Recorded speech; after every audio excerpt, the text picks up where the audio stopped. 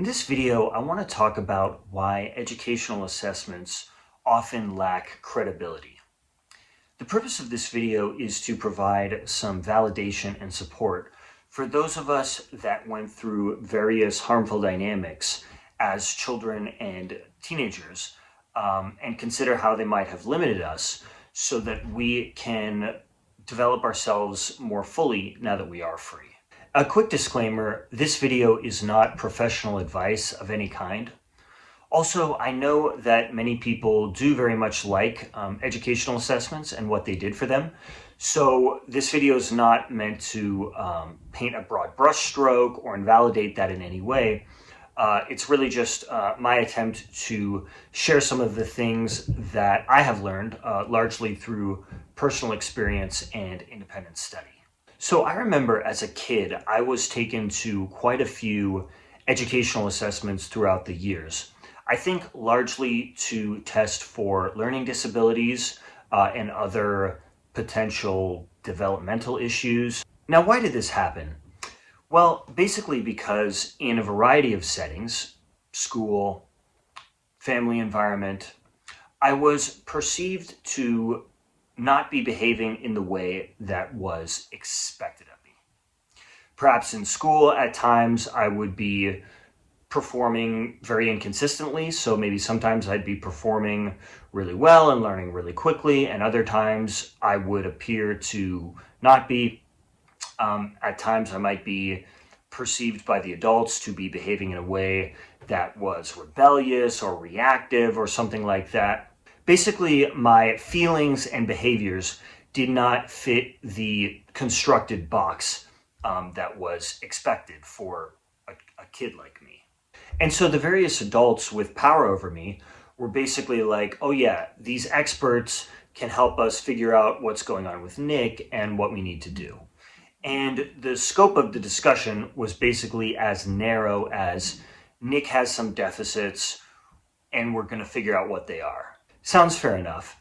However, looking back on it, it's pretty clear to me now that what these adults with power over me thought was going on really had very little to do with what was actually informing the situation. What was actually going on for me was a couple things.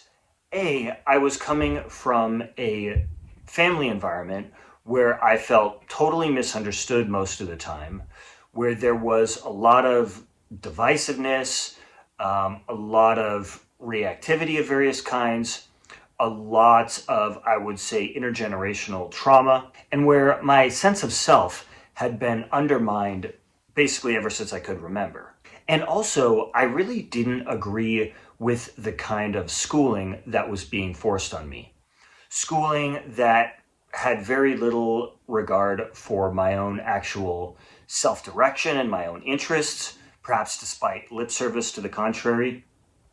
The type of schooling where my behavior and my mind and even my body, to some extent, was put under mechanical control all day, every day. I mean, this is kind of the reality of modern schooling in American society and elsewhere. And so it was clear that school wasn't going to help me develop my mind and who I really am.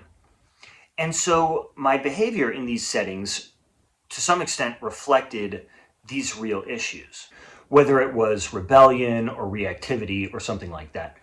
And there was a part of me that knew that this is what was going on the whole time. And there was basically no accountability or awareness of any of this in the environment.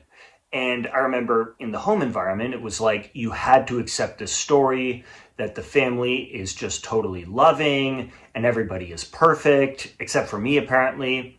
And then in the school environment, you had to accept an equally ridiculous narrative, which is that this is necessary in order for you to become a lifelong learner and in order for you to become a productive member of society. When to me, this type of school was actually kind of backward and authoritarian and essentially just an obstacle to overcome. And so here I am taken to these educational assessments on this totally false premise. And so I'm not really that motivated to actually put effort into getting good results on it. And yet the adults actually believe that these educational assessments say something that they really don't.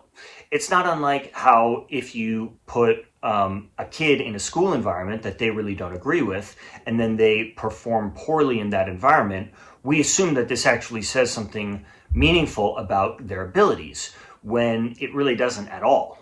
And the adults and experts in the situation just know what they know, they just do what they do, and they either aren't able or aren't interested in thinking very far beyond that. And so to me, whether I did an excellent job on these educational assessments, or a mediocre job, or an intentionally bad job, I was still in a lose-lose situation because the people around me were committed to this false story. And so all these things can just make the kid feel more trapped and alienated. And I think there's this assumption that somehow these educational assessments are almost foolproof and they can do no harm. But actually, I think they can do a lot of harm when the results are interpreted as meaning something that they don't, and then decisions for the kid are made on that basis.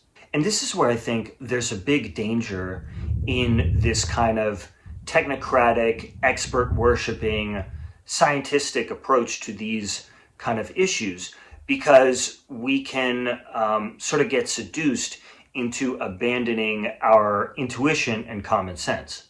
And again, it gets back to an issue of often the authorities that are in charge of the kid, whether they be parents, people in the school, etc., will only accept a very narrow path of inquiry, and certain lines of discussion, which might actually be where the truth lies, are totally off limits, and can actually provoke a lot of hostility.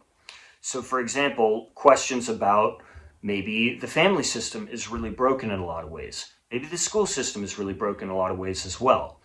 This can get people really upset. And so even though those kind of discussions can be the ones that are really productive and where the kid will actually benefit, and I would say everyone would benefit, they can provoke a lot of reactivity. And so people will then go towards these areas that are more familiar and more comfortable, like going to these educational assessments, who talk about, potential disabilities that the kid might have. And so here I was trapped in these environments that were totally not good for me and many other kids in many ways. And yet there was this narrative like there was so much being done to support me. I was given all these resources, etc. And on some level, I can certainly appreciate the intentions behind this, because there was an effort to give me support and accommodation, and certainly not every kid receives this. However, at the end of the day, it was a total misunderstanding of what was really going on. And so there was no actual meaningful support behind it. Now, there's another, I think, really important issue here, which is about where we put our focus. Now, maybe some of these assessments have some utility for some kids some of the time, but this is really where the weight of our focus goes, right? It's on measuring the kid, it's on these formal assessments, it's on these kind of very technocratic interventions, I would say. And I think there's a certain assumption in the culture that things must be this way in order to be taken seriously.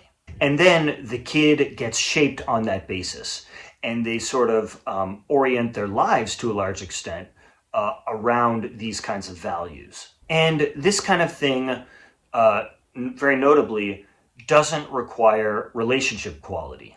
We don't have to be treated like human beings in order to be processed this way. And to my mind, something is seriously missing here. What's missing are, I would argue, the much more important aspects of who we are, and arguably what should orient our learning. Things like what we're interested in, what we're naturally drawn to, what we're actually good at within a meaningful context, what our primal inclinations are, which is a phrase from Robert Greene. what motivates us, etc. Now, these kind of questions in our culture, in my experience, tend to be called holistic, and therefore they are sort of relegated as alternative. And I think, and even though sometimes people pay lip service to that and they appreciate it to some extent, it has a marginal place. And I think that's really the problem, is that what is primary are, these more kind of mechanistic ways of commodifying and managing us, and then what is secondary and really not taken seriously at all are what probably should be the much more important issues, and really where the power should be in. And so, because these kinds of things are so marginal, people's abilities to actually help foster them in themselves and in others are often so atrophied. And I think that in order to actually develop these things within education, you would need what I would call relationship quality. School would have to be significantly less about coercive management of students and parents, and more about treating them like human beings. And this was another reason why I didn't particularly like taking these educational assessments, was because to me, on some level, I kind of always understood that they were part of a dynamic that I didn't think was all that positive. And I think this is also another reason why a lot of kids resist the school system in all kinds of different ways. So I hope some of these thoughts on educational assessments are helpful for you in your journey of growing out of some of these very confusing and difficult dynamics. If you haven't done so already, please subscribe to this channel, because I'm going to be having a lot more videos on topics like this. Please also share this video with anybody who you think might find it helpful. Thank you for watching this all the way to the end, and I look forward to having you for the next one.